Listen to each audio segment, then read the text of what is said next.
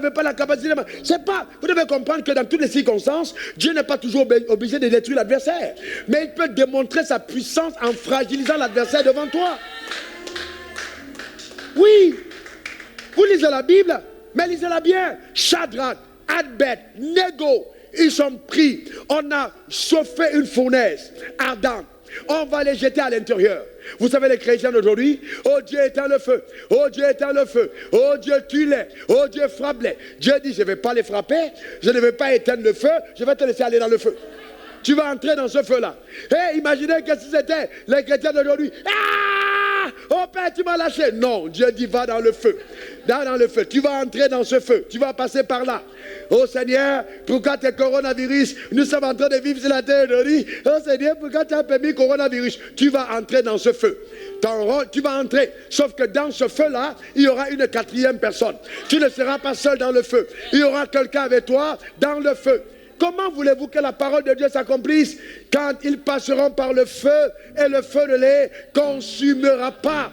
Mais s'il n'y a pas de feu, comment on saura que tu n'es pas consumable? Oh non, non, tu passeras par le feu. Je veux rendre grâce à Dieu d'être en vie en 2020 et d'avoir vu Covid-19.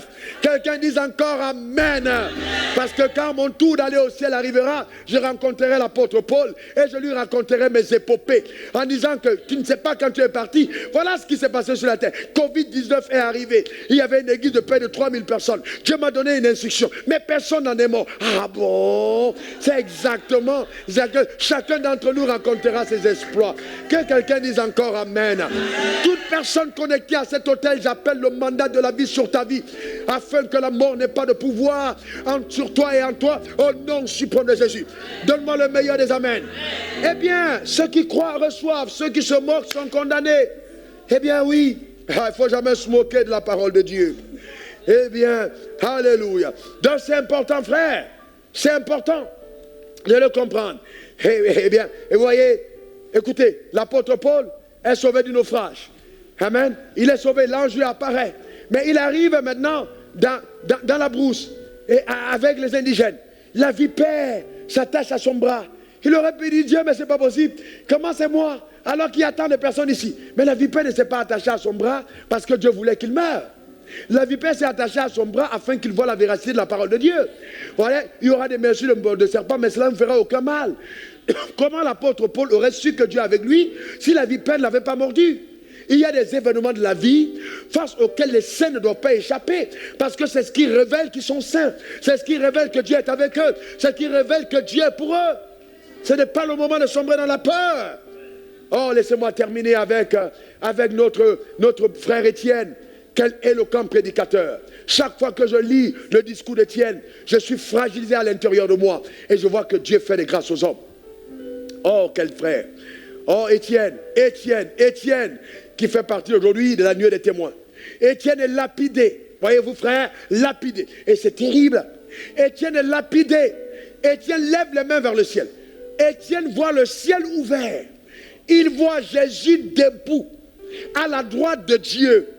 Imaginez, Jésus le voit, mais Jésus ne descend pas pour dire feu sur les adversaires. Jésus le regarde. Jésus se lève debout pour l'accueillir. Jésus ne se lève pas pour le protéger. Mais il meurt lapidé.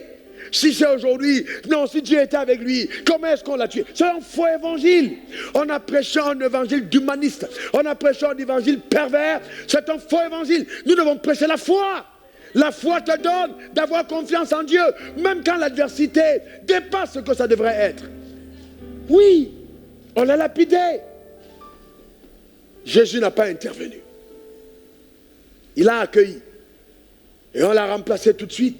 Parce que le jeune homme qui s'appelait Saül, qui recevait ses vêtements, qui était à ses pieds, plus tard, lui a été visité par Jésus. Et il a pris le relais de la course.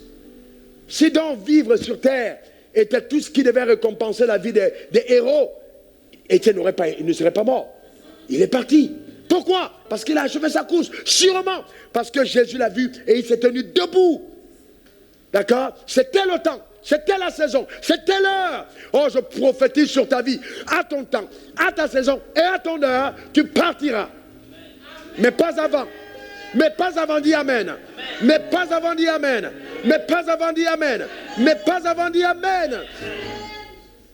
Aucun d'entre eux n'est sorti. Imaginez Daniel sur la fosse. En fait, je voulais vous dire, vous savez, c'est pas que Dieu, non, vraiment, non. Ils sont sortis de la fosse. Dans la fosse, ils ont eu confiance en Dieu. Hors de la fosse, ils ont eu confiance en Dieu. Daniel n'est pas laissé justifier. Frère, vous savez, c'est parce que vraiment, s'il arrivait, c'est pour ça qu'il est allé dans la fosse. Non. Tu es un pasteur, tu as été touché par coronavirus, ça ne sert à rien d'essayer de justifier quoi que ce soit. Coronavirus a touché, Paul a été mordu, l'évangile est l'évangile, amen. D'accord, le malin atteindra souvent le juste, mais Dieu l'en délivrera toujours. Donc il n'y a pas raison de te penser que non, c'est parce qu'il faut que je montre aux gens que non. Frère, restons humbles, restons humbles. Tel est le couloir de Dieu pour ta vie, tu vas y passer. D'accord? Oh non, vraiment, telle personne a été malade, c'est le premier malade qu'on a vu guérir de cette manière. Non, on n'a pas besoin d'ajouter à l'évangile. Frères et sœurs, ça peut être la dernière personne. Ça peut être quelqu'un qui fait 2 mois, 3 mois, 4 mois couché à l'hôpital de coronavirus, mais ça ne change pas le fait que c'est un grand prédicateur.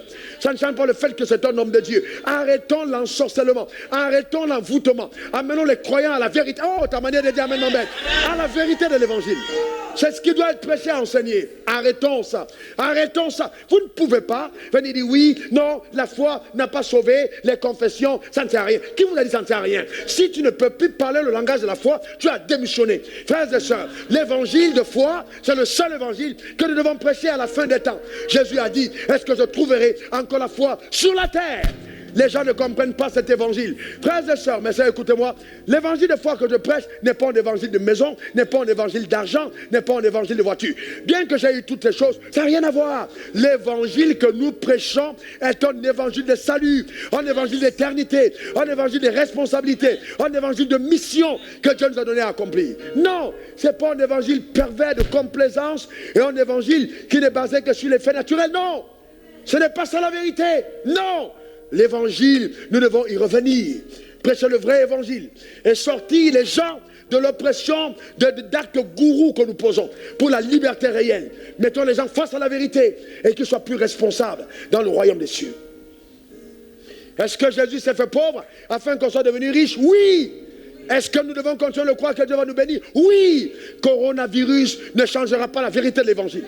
Mes entreprises prospèrent. Je gagne toujours de l'argent. Je suis toujours béni. Frères et sœurs, ça ne change pas la vérité de l'évangile. Cependant, je ne vis pas pour les gains des entreprises. Mais l'entreprise vit pour le gain du royaume. Pour que le royaume avance. Pour que le royaume progresse. Pour que les gens soient bénis. Pour que la parole soit prêchée. Amen. C'est clair et net, frères et sœurs. On ne doit pas falsifier l'évangile par des raisonnements tordus et pervers. Nous devons revenir à la vérité. Donne-moi le meilleur des amens. Nous devons revenir à la vérité, dis encore amen. Nous devons revenir à la vérité, dis amen. Et ça, c'est important. Donc, on n'a pas besoin de justifier quoi que ce soit. On n'a pas besoin, frères et sœurs, pas besoin. Non, vraiment, qu'est-ce que les gens vont penser? On ne prêche pas l'évangile pour ce que les gens vont penser. On prêche l'évangile pour la vérité. Ah ouais, ça, c'est clair, pour la vérité. Il faut bien qu'on fasse attention. Vous savez, laissez-moi vous dire, frère, ce que je pense profondément. J'ai suivi une prophétie d'un homme et j'ai été convaincu profondément que Dieu lui avait parlé. Et je vais vous dire une chose, que les détresses dans lesquelles nous sommes en train d'aller, ça ne s'arrêtera pas. On aura des accalmies, mais vous allez voir que nous sommes en train d'aller de détresse en détresse parce que si nous croyons à la fin des temps, nous devons croire à l'accomplissement des prophéties. Oh, j'entends les frères qui disent, ah frère, pasteur, c'est comme ça. Mais qu'en est-il de nous alors, frère? Nous ne sommes pas de ce monde. Nous sommes pèlerins sur la terre. Ce monde s'arrêtera. Ah, mon gars, hein? Ta Bentley, un jour tu ne vas plus la rouler.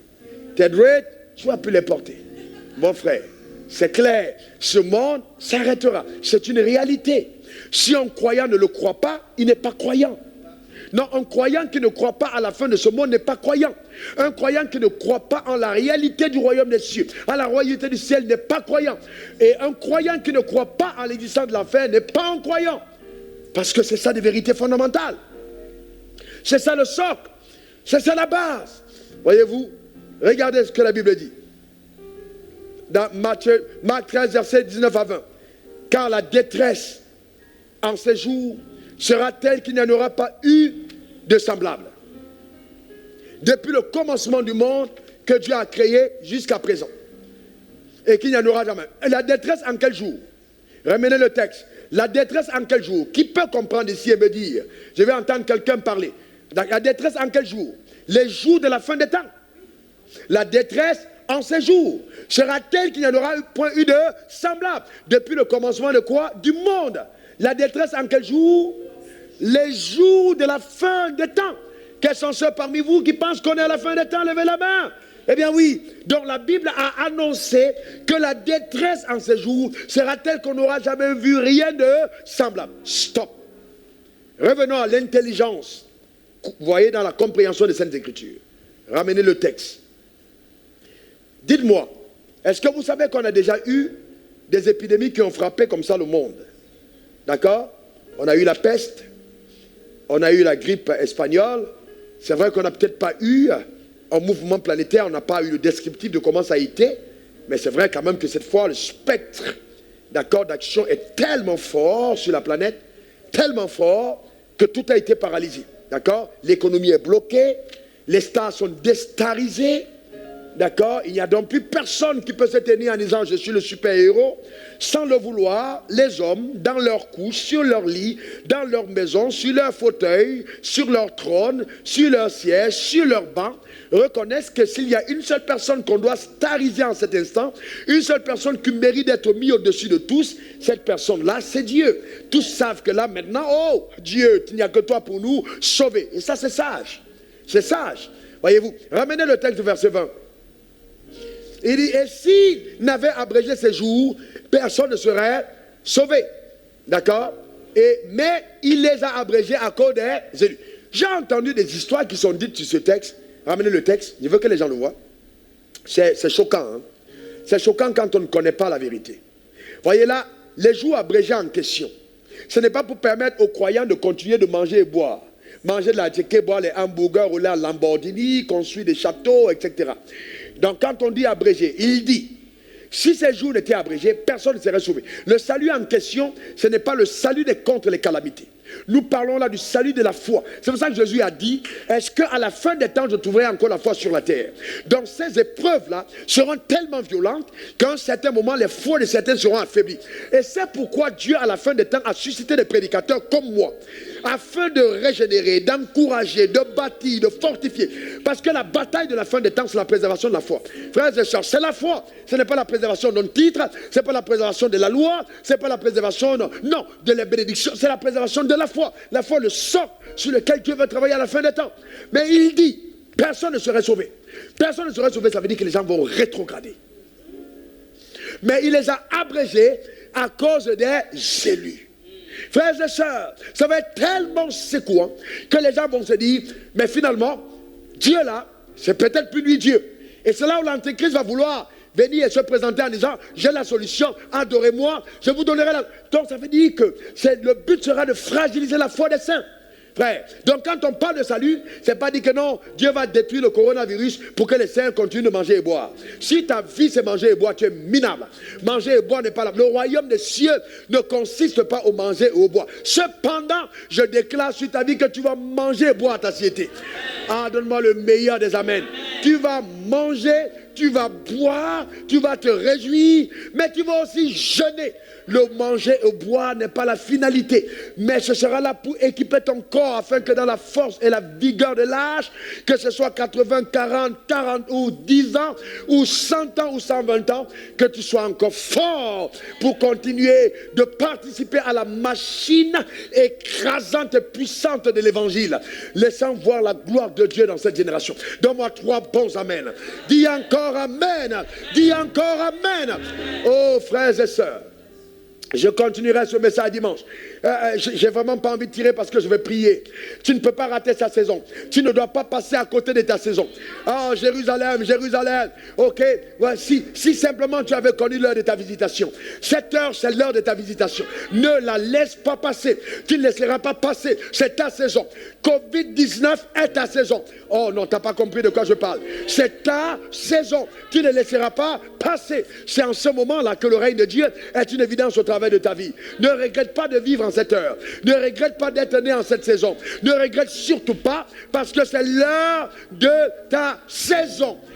Daniel a reconnu par les livres et de Jérémie que le temps de la libération de la captivité était arrivé. Et il s'est dit, là, il faut entrer dans un moment de jeûne. Parce que le temps de Dieu est arrivé, mais Dieu a besoin d'un homme sur la terre pour qu'on ne rate pas la saison. Ne rate pas ta saison.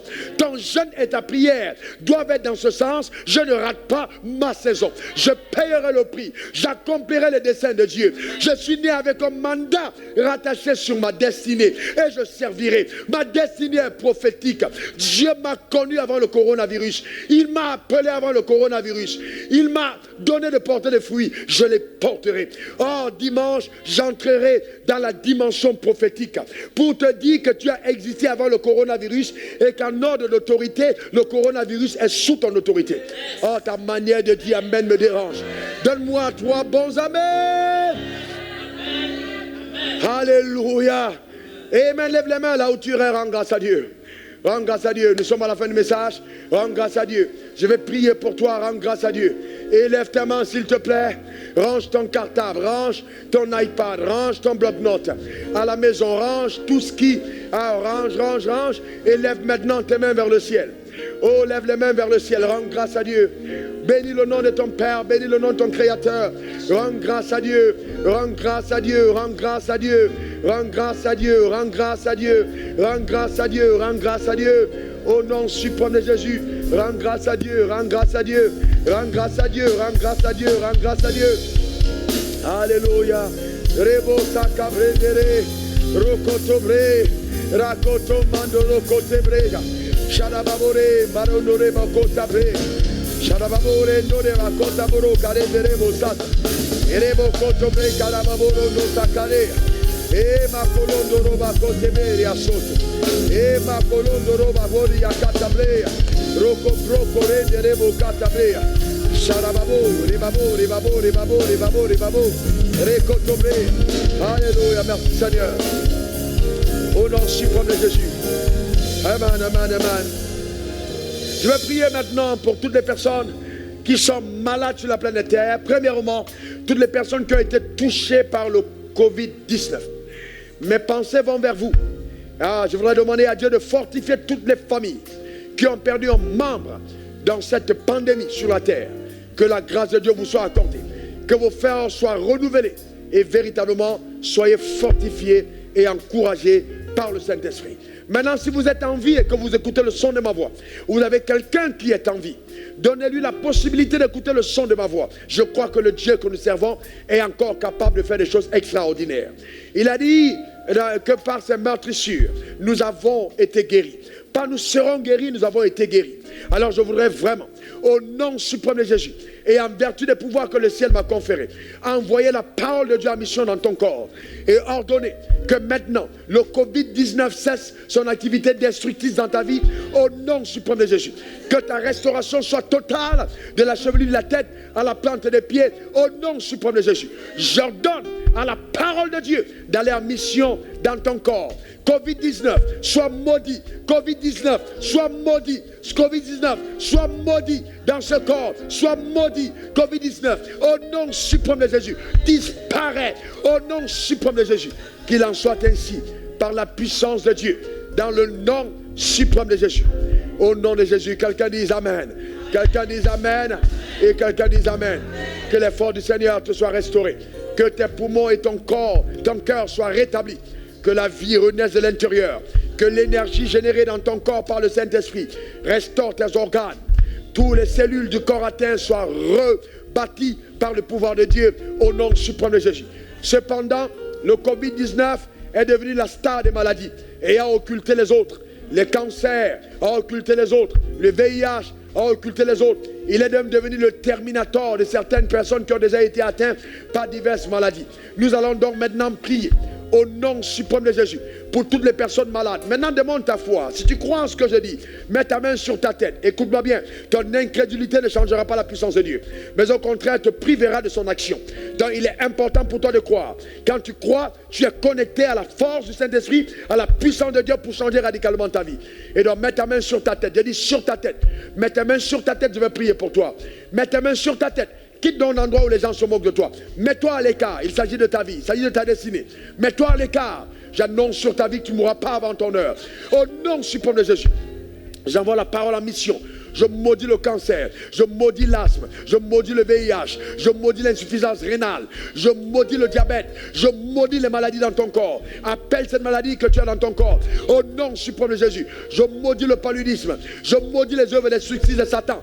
Par la maladie, au nom suprême de Jésus. La maladie est un agent exécuteur de la mort, nous reliant directement, amenant la mort à l'action. Je viens briser ses pouvoirs dans le nom suprême de Jésus et appeler la santé divine. J'appelle la santé divine. Tu ne mourras pas avant ton heure. Au nom suprême de Jésus. Que Dieu bénisse ton âme, que Dieu bénisse ta vie, que Dieu te restaure. Et de deux, je voudrais continuer à prier maintenant.